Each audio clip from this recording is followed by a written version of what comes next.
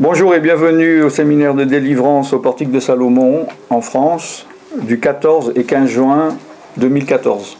Amen. Alors ça c'est fait comme ça, voilà. Donc on a vu tous les aspects matériels. On va se mettre devant Dieu, on va prier, on va se recueillir, que chacun pour lui-même remettre ses instants à Dieu. On ne va pas prier de la manière que chacun s'exprime, on écoute la personne parler, et après quand il a fini, etc., parce qu'on va perdre du temps. Que chacun s'exprime pour lui-même, donc soit en chuchotant si c'est plus facile, ou dans sa tête. Que si vous avez des péchés à confesser à Dieu, ou quelque chose à vous décharger, ou quelque chose à dire à Dieu, qu'est-ce que vous attendez de lui pendant ce week-end, etc., etc., c'est maintenant, donc on remet ces instants entre les mains du Seigneur. Amen.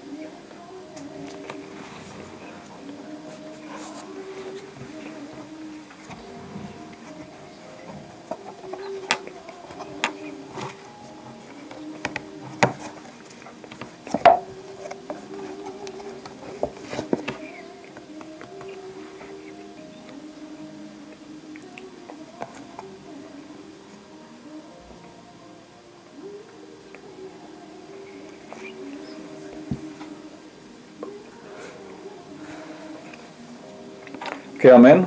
Amen. On priera plus tard dans la pièce de délivrance, donc vous inquiétez pas, hein, on fera la louange et tout ça. On va commencer sur un texte de la Bible, donc dans Romains 1:20. Je vous encourage, quand vous venez à un séminaire, de prendre vos Bibles et puis éventuellement un stylo et un calepin. Parce que vous savez qu'on ne peut pas tout retenir et il y a des choses précieuses. D'autre part, pourquoi... Qu'est-ce qui se passe ? Tout est bon ? Pourquoi est-ce qu'il faut être attentif ?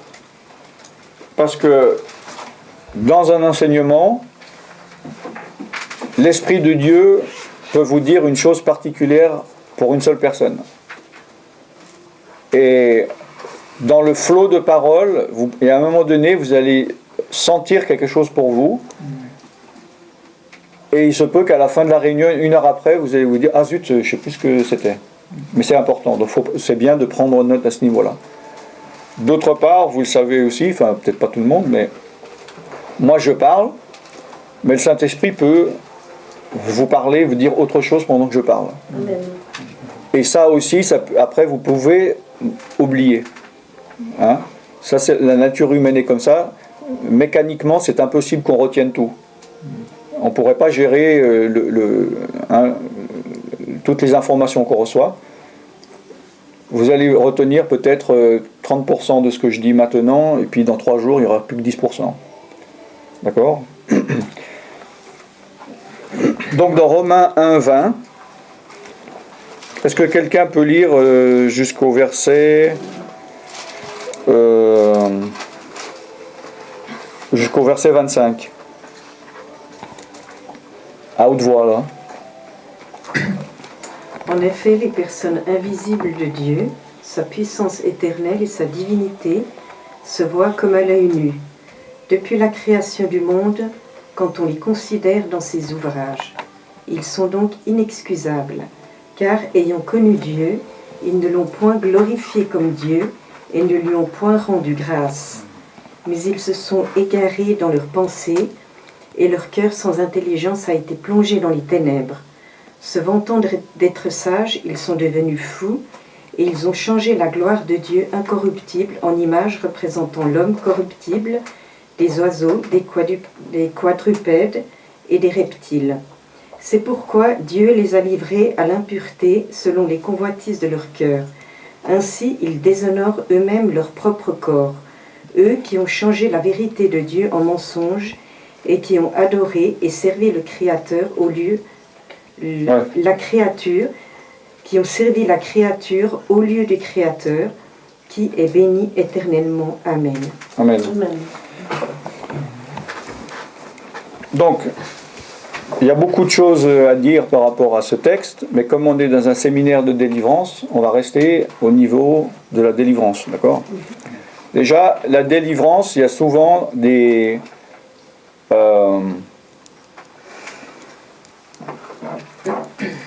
misconceptions, comment on dit en français ?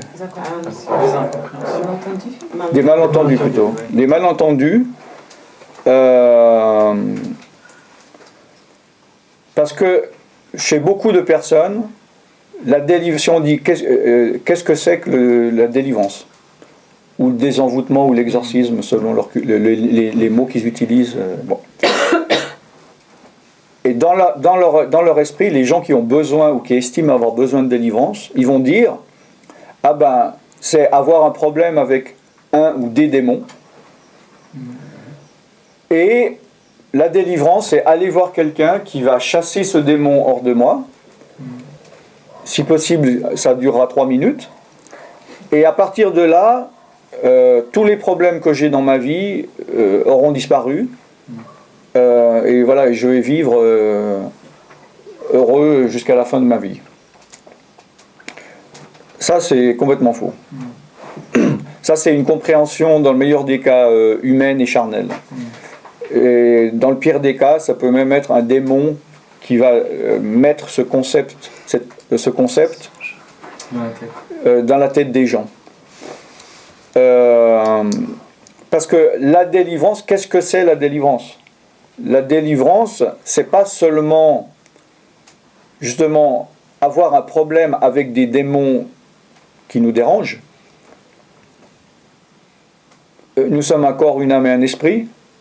Et la délivrance, c'est être délivré de tous les poids, de tous les liens que le diable a pu mettre sur nous depuis notre conception, ou depuis notre naissance, ou à un moment donné dans notre vie, soit de manière générationnelle, soit que nous avons attiré nous-mêmes par nos propres péchés ou nos propres comportements, en faisant des choses mauvaises, ou qu'une tierce personne nous a mis dessus.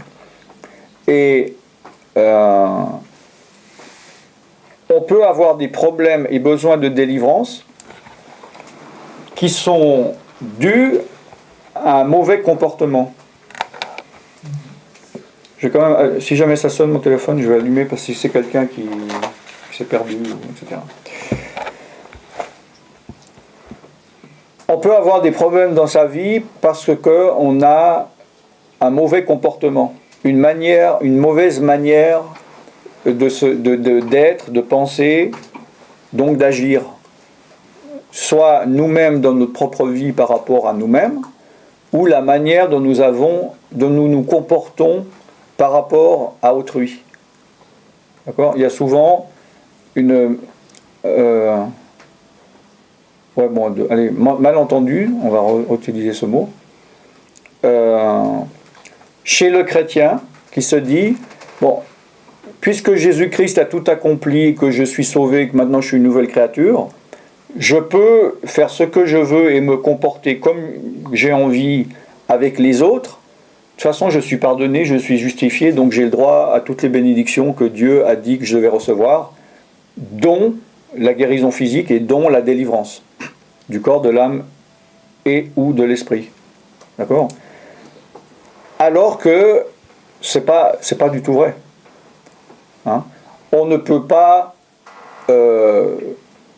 commettre des péchés volontaires, désobéir volontairement à Dieu et vouloir bénéficier des bénédictions que Dieu nous a promis. D'accord ?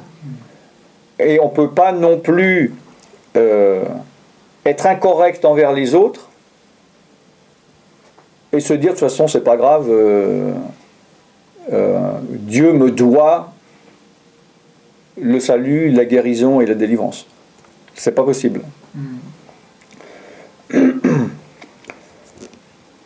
Donc, on sait que, donc, en tant que chrétien, est-ce que nous sommes soumis à des lois ou pas? Oui. Combien de lois? Et lesquelles? Ah, je sais pas. Aime ton prochain comme d'amour. Aime ton prochain comme toi-même. Pour moi, c'est l'excellence. C'est l'excellence, d'accord. La foi. Il y a d'autres. La loi de la foi. Ouais. Quoi d'autre? La loi de Christ. La loi de Christ. C'est quoi la loi de Christ? Je sais pas, mais c'est écrit la loi de Christ. Ah, ok. Mais tu sais pas ce que. Donc toi, tu suis la loi de Christ, mais sans connaître la loi? Se soumettre aux autorités. Se soumettre aux autorités. Il me semble qu'on est passé sous la grâce et non plus soumis à la loi. Alors, quand il est dit que nous sommes sous la grâce et non sous la loi, C'est encore autre chose. non, il ne faut pas oublier, c'est la loi judaïque. Oui. Parce que ça voudrait dire à ce moment-là, j'ai pas besoin de rouler à 30 à l'heure, je suis sous la loi. Non, c'est la loi judaïque. C'est dans ce contexte qu'il faut que ce verset ait été écrit. Donc, parce que les Juifs ont près de 700 commandements et lois. Combien? 690, je continue. Ouais, j'ai plus en tête. Si quelqu'un sait, si vous êtes sûr? Ouais, je crois. Ah, donc vous n'êtes pas sûr, si vous croyez. Donc à peu près, en effet, c'est pour ça que je ne veux pas dire 600 exactement. 365 fois 2. Alors ça fait combien? Alors 2 fois 365. Mais parce que c'est ce qu'ils disent. C'est ce qu'ils disent. Ah oui, par rapport au nombre de jours de chacun. Et 364 mauvais. Ah oui. Donc ça fait 600, 720, 728. 28 ou 28. Non, c'est pas ça, parce qu'il y en a, c'est moins de 700. Mais bon, bref. Oui, mais ça me dit quelque chose. Mais c'est pas exactement la même chose. Bon, bref. Oui, 729. Ouais, non, c'est pas ça. Parce que c'est 600 quelque chose. Mais bon, bref. Il y a moins de 700. Alors, bon, je suis étonné qu'aucun n'ait donné la bonne réponse. Sous quelle loi nous sommes soumis? Alors, il y a une seule loi. Aimer le Seigneur avec tout son Voilà. sa pensée. Voilà. Tu aimeras ton Dieu de tout ton cœur, de toute ton âme, de toute ta pensée, de toute ta force. C'est une loi d'ailleurs du judaïsme dans Deutéronome. Et le deuxième, mais qui est comme le premier, c'est pour ça que j'ai pas dit deux. Aimer son prochain. Et tu aimeras ton prochain comme ça. Donc vous qui avez dit tu aimeras ton... oui, mais alors c'est faux. C'est-à-dire en disant sous quelle loi nous sommes et vous dites tu aimeras ton prochain comme toi-même, non, c'est pas le commandement principal. C'est tu aimeras ton Dieu. Ah oui. D'abord. Ah oui, oui. Ah non, mais dans Parce ma que tête, si c'est- en tant que chrétien je n'aime pas Dieu mais j'aime c'est de l'humanisme, c'est du chrétien social humaniste. C'est bien, mais c'est pas ce que Dieu nous demande. Ce que Dieu nous demande, c'est que nous aimions Dieu de tout notre cœur et que nous aimions notre prochain, qui est pareil que le premier. Et dans ces deux commandements, il y a toutes les lois et toutes les prophètes. D'accord ? Ça accomplit la loi, les 600 et quelques lois du judaïsme. Pourquoi ? Parce que, par exemple, si on prend les 10 commandements, si j'aime Dieu, je ne vais pas prier un autre Dieu, je ne vais pas faire une représentation de Dieu, etc. Si j'aime mon prochain, je ne vais pas coucher avec sa femme ou son mari, je ne vais pas le tuer, je vais pas, etc. Donc, vous voyez ce que je veux dire ? Donc, en respectant ces deux lois, nous respectons toutes les lois de Dieu. D'accord ? Donc, nous sommes sous une loi de liberté, la loi de l'esprit, et non pas la loi de la lettre, la loi de l'Ancien Testament. Amen ? Amen. Donc il y a beaucoup de chrétiens qui ont, pour la plupart je pense que ce n'est pas de leur faute, c'est de l'ignorance. Ils ont reçu un enseignement où on leur a dit inconditionnellement, tu es sauvé, tu es guéri, tu es délivré, tu as droit à toutes les bénédictions de Dieu. Alors que, malgré que nous soyons chrétiens, tout est sujet à condition. Parce que nous sommes sous une alliance. Oui, nous sommes sous la nouvelle alliance. On est d'accord. Et une alliance, jusqu'à preuve du contraire, ça se fait à deux personnes. On pourrait utiliser un autre mot en disant un contrat. Nous sommes sous contrat. Et un contrat se fait toujours entre deux personnes. Je ne peux pas me faire un contrat avec moi-même. On est d'accord ? Enfin, on peut si, par exemple, moi, Alan Rich, je peux faire un contrat avec Alan Rich en tant que président d'une association. Parce que je suis une deuxième personne moralement. Mais je ne peux pas me faire envers moi-même. On est d'accord ? Il faut qu'il y ait un deuxième parti, minimum. Donc, le salut est conditionnel. Vous êtes d'accord ou pas ? Ah bon, j'ai cru que c'était gratuit, le salut. Non, c'est pas gratuit ? Le salut est gratuit. Il est gratuit, mais mais il n'est pas gratuit. Voilà. Il y a une condition. Voilà. Ah bon ?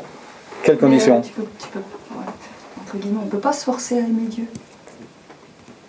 On parlera de ce sujet-là, mais là on parle du salut. Le salut, c'est gratuit ou c'est sous condition ? C'est gratuit et sous condition. C'est gratuit et sous condition. Non, mais il faut reconnaître Jésus-Christ comme sauveur déjà. Non, alors, le salut est gratuit ? Oui, hein, Oui ? Oui. Bon, le salut est sous condition ? Oui. Ah là, il y a moins de... Peut-être que ça coule de source. Puisqu'il est divin, Donc il n'est pas gratuit. Bon, qui pense que le salut est sous condition ? Bon, qui pense qu'il est gratuit ? Aussi. Comment est-ce possible ? La concession, c'est possible. c'est la loi de Péranier. Pas les questions. Ça coûte en fait Parce que ça vient pas L'obéissance. ça coûte d'obéir. Maintenir ce- Attendez, l'obéissance ? On est sauvé par l'obéissance. Non, on doit Oui. obéir. Non. À quoi ? On a des... Pour être sauvé, il faut obéir. La repentance, C'est dans l'amour de Dieu. Pour être sauvé, il faut La avoir la foi. condition, Faut avoir la foi. la condition, si tu confesses de ta bouche le Seigneur Jésus-Christ, Mhm. et si tu crois dans ton Mhm. cœur que Dieu l'a ressuscité des morts, tu Mhm. seras sauvé. Oui, mais c'est pas de ta Ok. faute si tu crois. Mais ensuite, une fois qu'on reçoit ce salut, C'est cette complexe, grâce, hein. il faut rester dans l'amour de Dieu. Oui. Ça veut dire Mais cette ça vient loi-là. après. Mais tu Ça veut dire décides qu'il y a des pas de conditions croire. à Confesser, respecter Quelles conditions ? pour maintenir la foi. Alors, quelles conditions ? De tout son cœur. Et de tout son âme, c'est ça. Deutéronome, Donc, si je n'aime pas Dieu de tout mon cœur, je serai jeté dans le lac de feu. Oui, Ah. Non. Il faut croire, c'est ça, Voilà. il faut croire à deux, trois trucs. Deux, trois trucs. Du style que Jésus est le Fils de Dieu, Ouais. que Puis là, je suis sauvé. Que Dieu l'a ressuscité. il faut que je me baptise, Ouais. et puis Après, je peux tuer des gens, je suis sauvé. non, de toute façon. non. Après il faut quand même suivre les règles de base, Ok. les 10 commandements. Je pense que c'est mais c'est pas. c'est la révélation. Par révélation, on est Oui. sauvé ? Non, Mais c'est la de croire, révélation. c'est pas de ta faute si tu crois. Bah, c'est parce que Si tu t'as es- pas décidé. c'est- Pourquoi une faute ? C'est une erreur Moi, je d'être pense- sauvé ? Non, Moi, c'est pas je- ça. C'est que je pense que C'est- quelqu'un qui croit, c'est que déjà c'est Dieu qui l'attire. Parce que Ouais. t'as pas décidé. Il y a des gens qui voudraient bien croire, mais ils croient pas. Bon, ok, alors on va recentrer, parce que là, on est dans un séminaire de délivrance et pas oui, c'est ça. de salut élémentaire, mais... Bon, déjà, alors, en effet, le salut est gratuit. Ephésiens 2.8, quelqu'un peut lire ?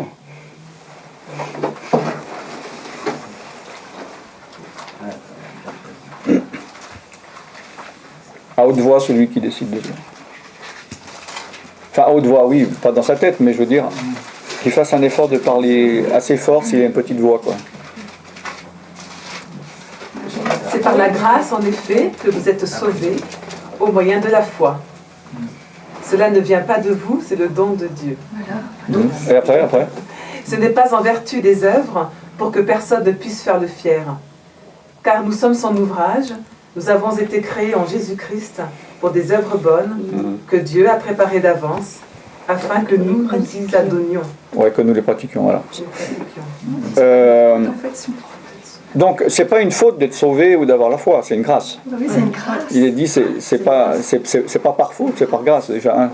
Donc c'est peut-être pas le bon mot, Mais c'est des fois, la faute. moi, je décide de croire. Non, tu décides pas en fait, c'est Dieu qui t'attire. Oui, c'est pour ça que, en effet, on ne peut pas s'enorgueillir d'avoir obéi à l'appel de Dieu et d'être sauvé, parce que c'est une grâce qui nous a fait. Parce que à ce moment-là, en effet, comme moi c'était mon cas, j'ai entendu l'évangile, je suis venu avec une autre personne, Richard, qui s'est pas vraiment converti. Moi je peux pas dire ah ben moi je suis mieux que lui parce que je me suis converti. C'est une grâce que Dieu m'a faite à moi et que lui n'a pas eu.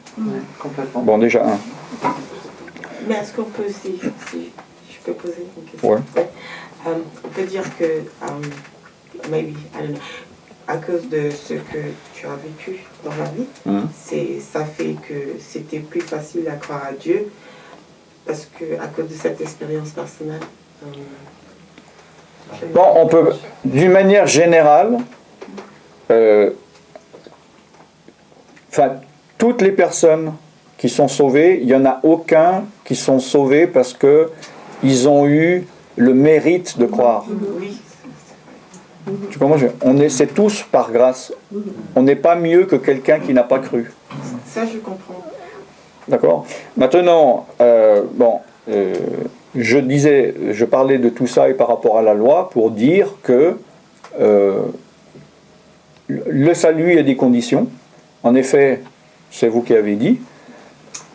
C'est pas de faire des œuvres, c'est pas ceci, cela, c'est si tu crois dans ton cœur et tu confesses, donc si tu crois et tu es évidemment baptisé d'eau, c'est les deux conditions. Si tu crois, donc évidemment en croyant c'est dans du cœur, puis parce qu'on croit, on va le confesser, puisque la bouche elle confesse ce que le surplus de ce qu'il y a dans le cœur. Hein, et que nous sommes baptisés d'eau, nous sommes sauvés. C'est ça les conditions. Bon, maintenant, ça c'est la condition du salut. Une fois qu'on est sauvé,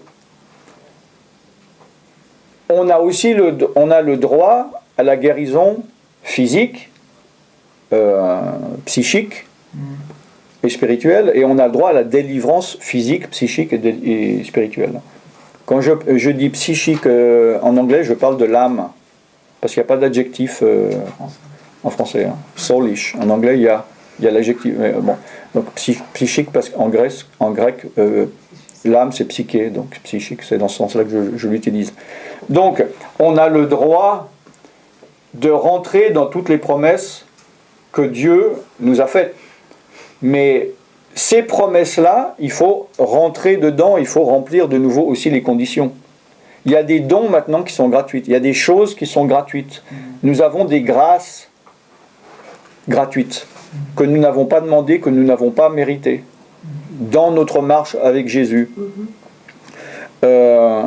Mais je dis tout cela pour dire que je ne peux pas être devant Dieu et dire bon, maintenant j'ai rempli les conditions du salut, je suis sauvé, maintenant tu me dois la délivrance, vas-y, et je vais me comporter n'importe comment avec toi Dieu, je vais me comporter n'importe comment avec les autres, mais toi maintenant tu vas me délivrer et me guérir, je te l'ordonne. C'est pas possible. Hein? Et souvent, à cause de ça aussi, la guérison intérieure et la délivrance des esprits mauvais, c'est un cheminement, c'est un processus. D'accord ? Alors par rapport au texte qu'on vient de lire, on va revenir dans Romains 1, 20. Donc si vous avez des questions, vous pouvez demander. Quand je parle, vous pouvez m'interrompre, pas trop souvent, mais vous pouvez m'interrompre. D'accord ? Parce qu'il y a des choses... C'est-à-dire que quand on est passé par la nouvelle naissance, et puis qu'on a fait cette rencontre, on est passé dans le baptême d'eau et tout ça, alors, et si on suit bien la règle établie, on ne doit plus pécher. Si, on peut encore pécher. Ou peut-on encore pécher ? Pourquoi vous avez envie de pécher, c'est ça ? Non. Ah. Je veux dire, est-ce qu'il est permis de pécher une fois qu'on est passé par toutes ces étapes ? On pêche tout le temps. Est-ce qu'on pêche tout le temps? On est des pécheurs en fait. Ah non, ça dépend. Là, vous ne posez pas du tout les mêmes questions. Peut-on pêcher? Est-il permis de pêcher? C'est pas la même chose. Hein. Pas permis. Non. Est-ce que ça peut Le permis de pêcher, c'est de septembre à avril. Bon, déjà un. pêcheur? Voilà. Et une première catégorie, c'est janvier. Non, alors, Parce que qu'est-ce qui nous condamne à rester dans notre problème hein, de délivrance si on reçoit et qu'on est passé par la nouvelle naissance? bon, il est dit que Jésus est venu pour ôter le péché du monde. D'accord? Maintenant,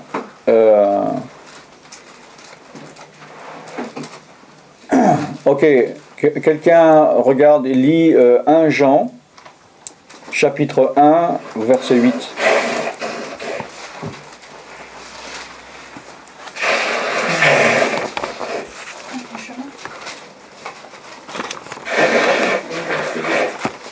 Première épître de Jean, et non pas l'évangile de Jean.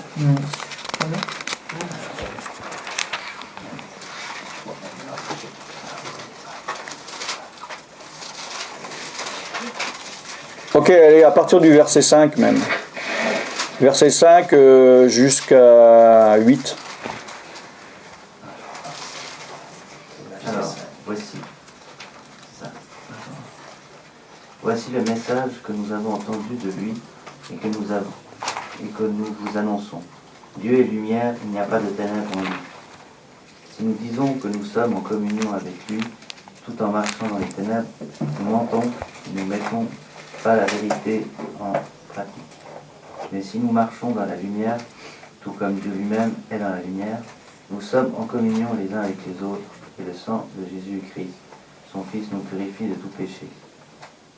8. Si nous disons que nous n'avons pas de péché, nous nous trompons nous-mêmes, et la vérité n'est pas en nous. Ok. Donc, il ne s'agit pas de se dire, est-ce que j'ai le droit de pécher, est-ce que je peux pécher, est-ce que il m'est permis de pécher. Jésus est venu pour nous sauver de la conséquence du péché. C'est-à-dire, c'est quoi la conséquence du péché? La mort. C'est la mort physique, psychique et spirituelle. Ouais, c'est pas l'évangile de Jean, c'est à la fin du Nouveau Testament, il y a 3 épîtres. 1 Jean, 2 Jean, 3 Jean.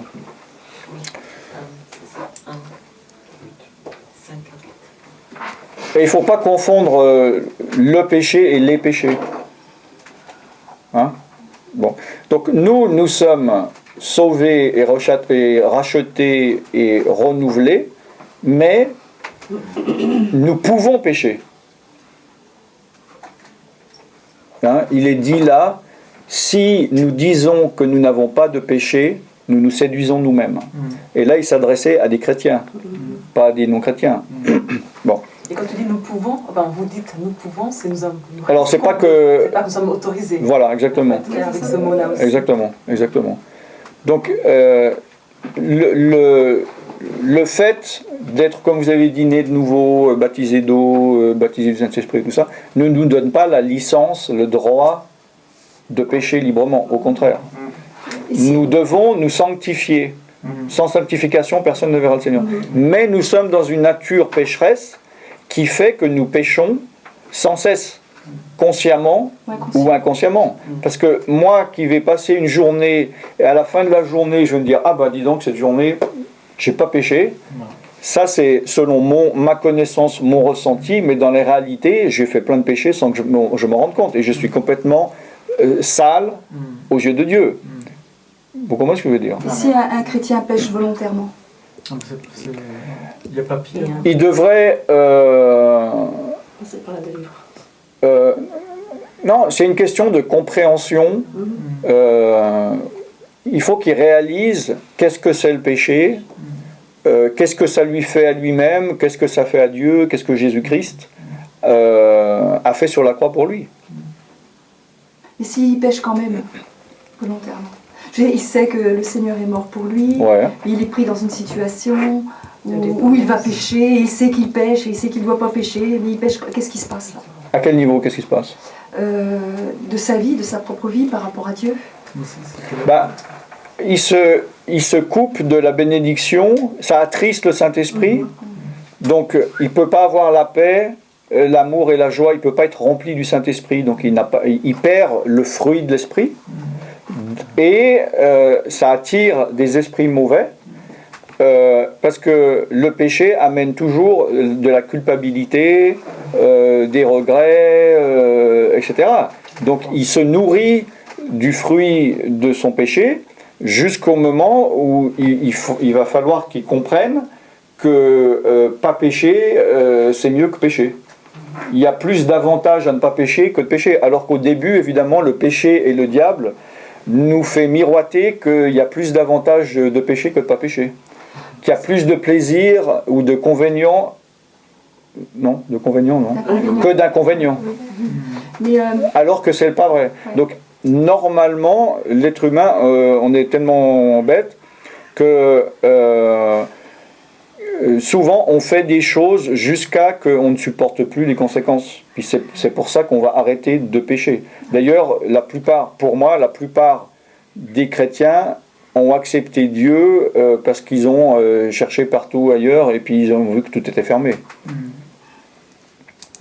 Et la Bible nous parle dans les évangiles d'un péché volontaire où là c'est irrécupérable. L'apôtre Paul il dit. Non, il parle du péché contre le Saint-Esprit. Oui, mais à un moment donné, c'est Jésus qui dit. Ces gens qui ont péché volontairement. Alors ça c'est dans Hébreu, ouais. C'est ça. Ouais. C'est foutu pour eux. Enfin, en gros. Non, justement, non, ça c'est pas écrit ça. C'est pas écrit ça. Non, c'est l'interprétation qui en est donnée. Mais bon, si vous voulez, on pourrait voir ça. Mais là, on s'éloigne de plus en plus de la délivrance. Mais je sais pas, si vous voulez, on peut. Mais là, on est plutôt dans le salut. Mais là, on s'éloigne de la délivrance. Je sais pas, ça vous intéresse ou pas ou pas? Moi, je préfère rester sur la délivrance parce que autrement, j'ai plus le fil rouge là. Oui, là, justement, on s'éloigne. Voilà.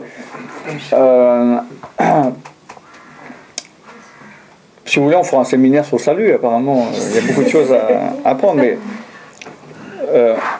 la Bible, il faut voir le salut et puis la vie chrétienne après. La Bible dit que Jésus-Christ, c'est comme le rocher, la base des fondations. Donc là, on pourrait dire Jésus-Christ en tant que salut, en tant que sauveur. Mais il est dit après que chacun fasse attention de la manière dont il construit dessus. Donc il construit dessus, c'est notre vie chrétienne, notre cheminement. Que celui qui aura construit en bois, en chaume ou en paille, les œuvres seront détruites par le jugement, par le feu. Parce que le jugement prochain sera par le feu. Oui. Alors que celui qui a construit avec des matériaux comme de l'or, de l'argent ou des pierres précieuses, alors sa maison résistera et ne sera pas consommée par le feu. D'accord ? Donc, ce qui ne veut pas dire que le rocher sera enlevé. Il est dit au contraire, il sera sauvé comme au travers du feu, entre les gouttes si j'ose dire. Bon. La Bible parle aussi de semences, de 4 différentes semences. Oui. Donc, il y a certains qui reçoivent la parole et des cas oui. sont contents et tout. Et puis il y a des... Bon là il parle du salut aussi. Du salut on peut faire, oui, mais on peut transposer dans autre chose. Mais... Oui, non, je voulais juste dire par rapport à certains chrétiens qui abandonnent la parole et qui retournent dans le monde. Ouais. C'est parce que la parole de Dieu n'est pas vraiment ancrée dans eux. Oui. Oui. Donc, là, de nouveau, quand je parle, il faut faire abstraction peut-être du salut, sinon on va toujours y revenir. Quand je parle au niveau de la délivrance, de bien se comporter avec Dieu et les autres, je ne parle pas du salut, je parle du cheminement chrétien qui fait que nous puissions sortir de nos chaînes. D'accord ? Comme je l'ai dit, ça peut être des liens démoniaques. Il y a 3 sortes, comme je l'ai dit. Il y a les liens générationnels, 1, 2, il y a les liens que nous avons attirés nous-mêmes par nos propres comportements, et 3, envoyés par des tierces personnes. Donc ces liens démoniaques. Mais il y a des liens qui viennent de nous-mêmes, de notre propre cœur. D'accord ? La Bible dit que le cœur est tortueux par-dessus tout. Qui peut le connaître, d'accord ? il est dit, par exemple, dans la Bible, la magie, ça vient de où? Ça vient des démons? Ah oui. Oui, hein? Non. Du cœur de l'homme. Ça vient de la chair. Ah d'accord. Regardez dans Galates 5, verset 21, je crois, ou 22. C'est partie des choses de la chair.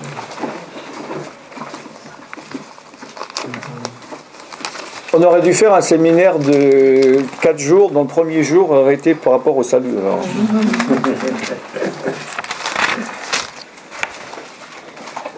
Euh, 19, quelqu'un peut lire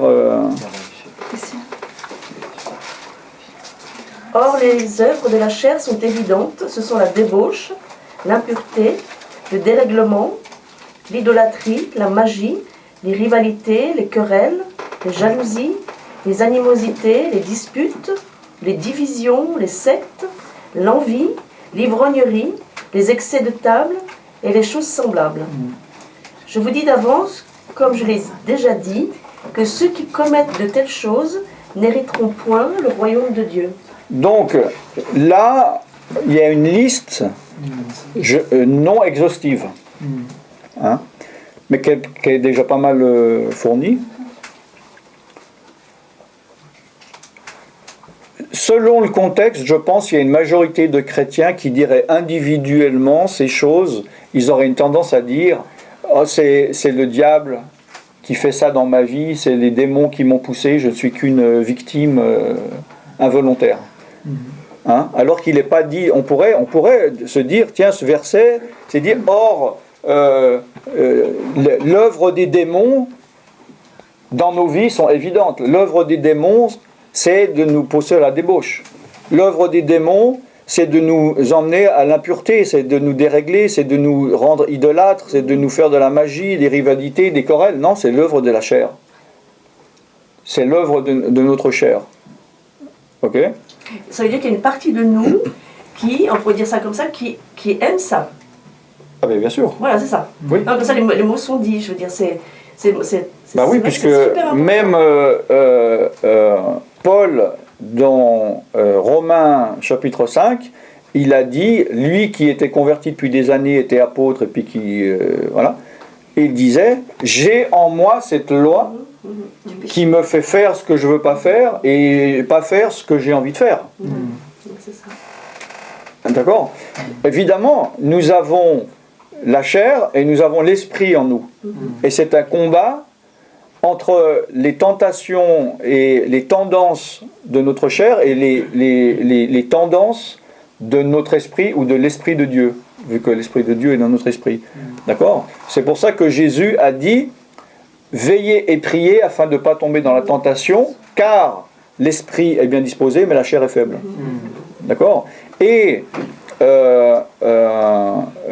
les tendances, les aspirations de la chair sont opposées à ceux de l'esprit.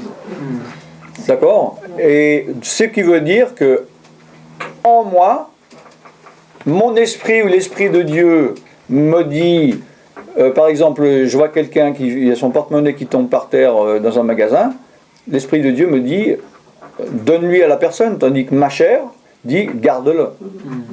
Et même mon côté peut-être religieux charnel dirait, c'est pas grave, tu donneras ça aux pauvres. Alors qu'en fait c'est Dieu, c'est du vol, c'est le péché de Saul. Oui. Alors, ce que je veux dire par rapport à donc les œuvres de la chair, la solution c'est la confession qui fait qu'on est délivré. Il n'y a pas forcément besoin justement d'une délivrance parce qu'il y a un démon derrière et tout. Parce qu'il y a quand même... Est-ce que vous aurez une référence biblique pour dire que la délivrance des choses de la chair, c'est par la confession? Dans 1 Jean 1,9, si nous confessons nos péchés, nous sommes pardonnés. Fidèle et juste pour nous pardonner nos péchés et nous purifier de toute... Mais il n'a pas dit qu'on serait délivré de cette chair. Il a parlé des péchés, pas de la chair. Bibliquement, la chair, il faut la crucifier.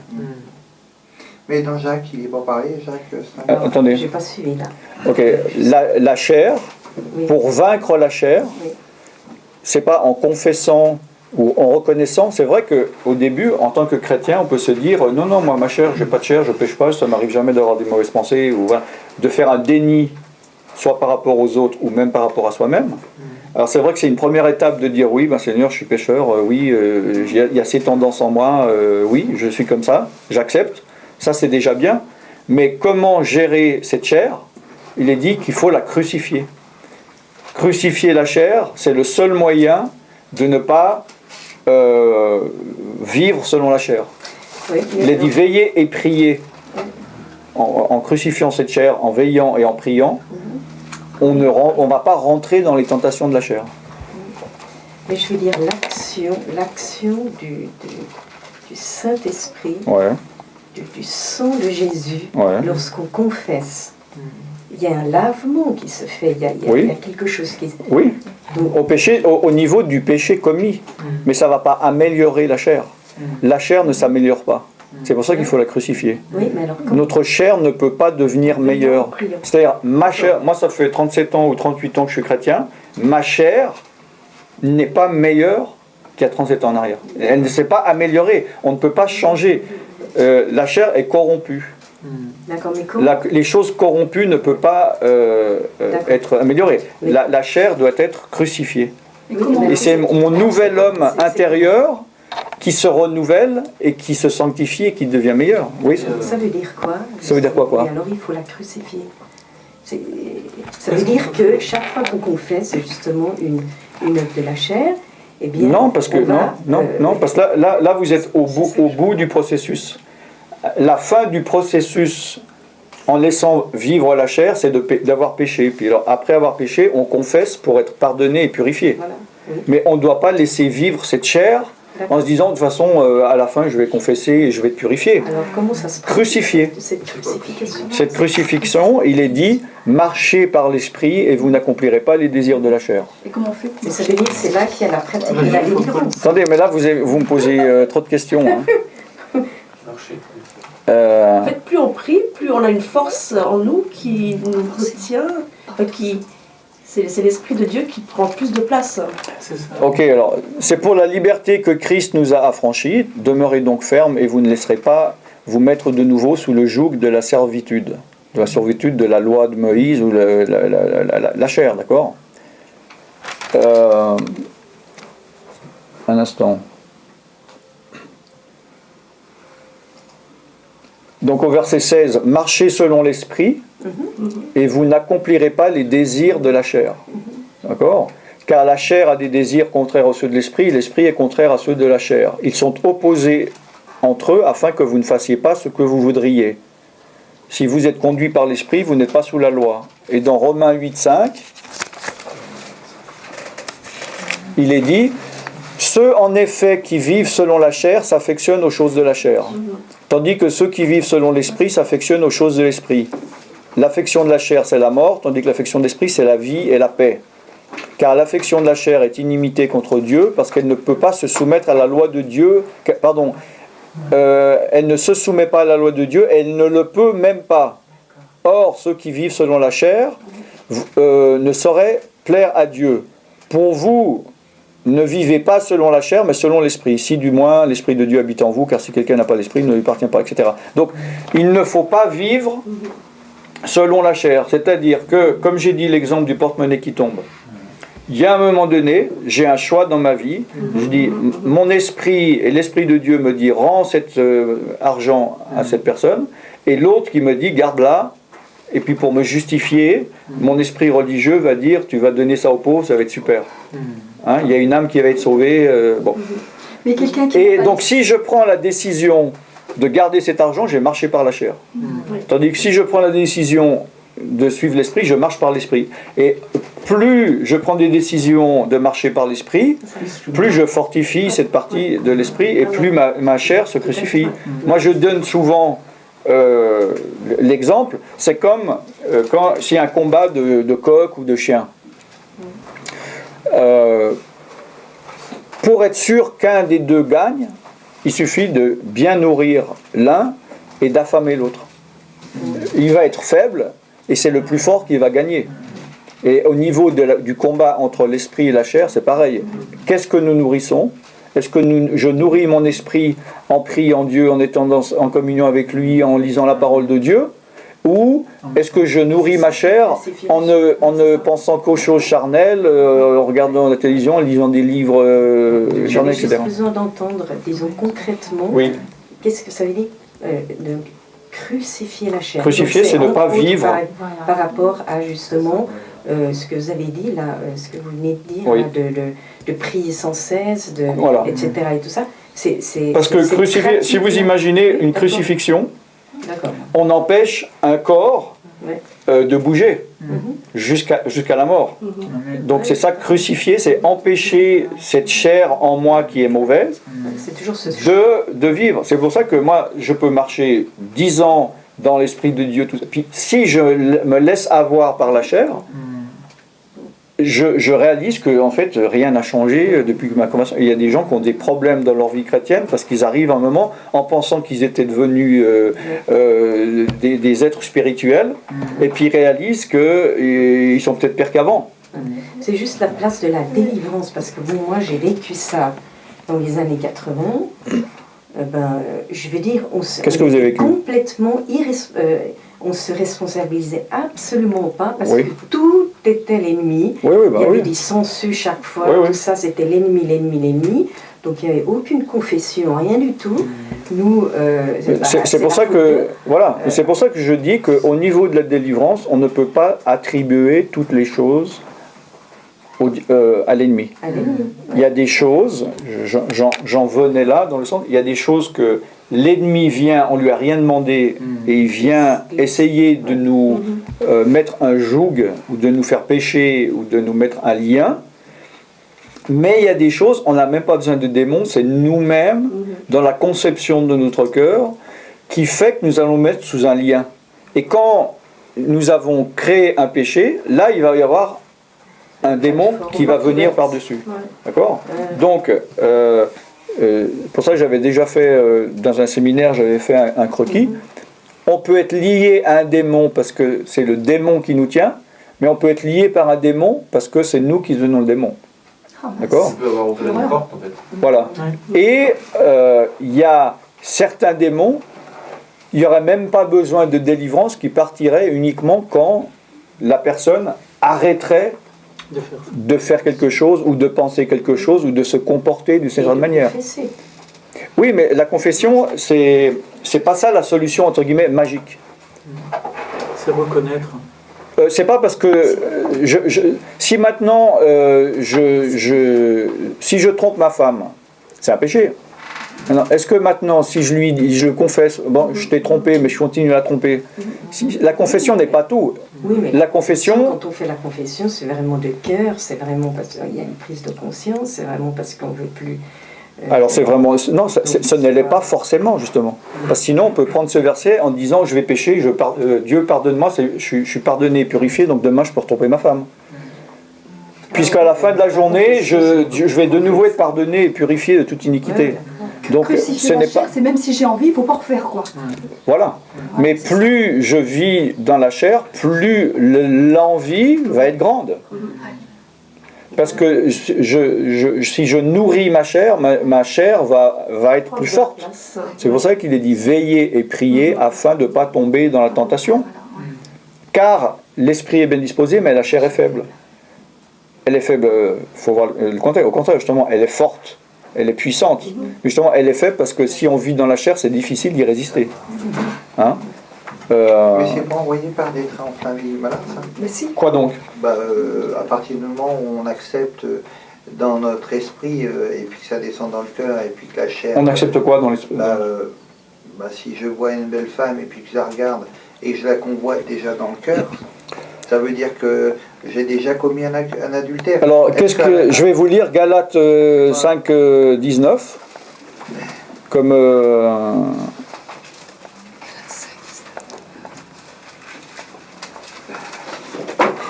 on vient de le lire, hein. Les œuvres de la chair sont évidentes, c'est la débauche, l'impureté, le dérèglement. Voilà, c'est ça, c'est ça. Mais ça peut pas donc Jésus a dit quoi? Jésus, enfin vous me direz, il a dit beaucoup de choses. Heureusement.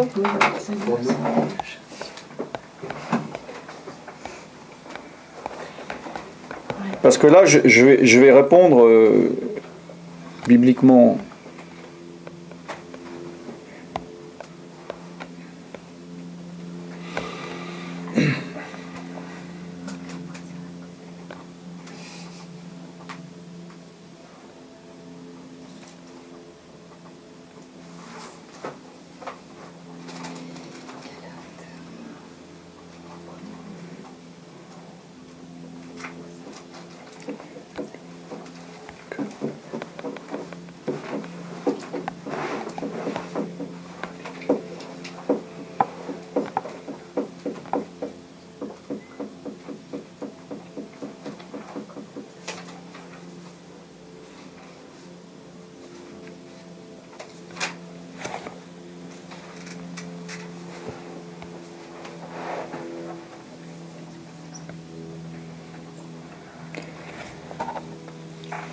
Donc vous me dites, oui, mais quand c'est un démon qui vient, qui peut venir me mettre dans la tête de commettre l'adultère, Jésus a dit dans Matthieu 15, 19, c'est du cœur que viennent les mauvaises pensées, les meurtres, les adultères, les impudicités, les vols, les faux témoignages et les calomnies. Voici ce qui souille l'homme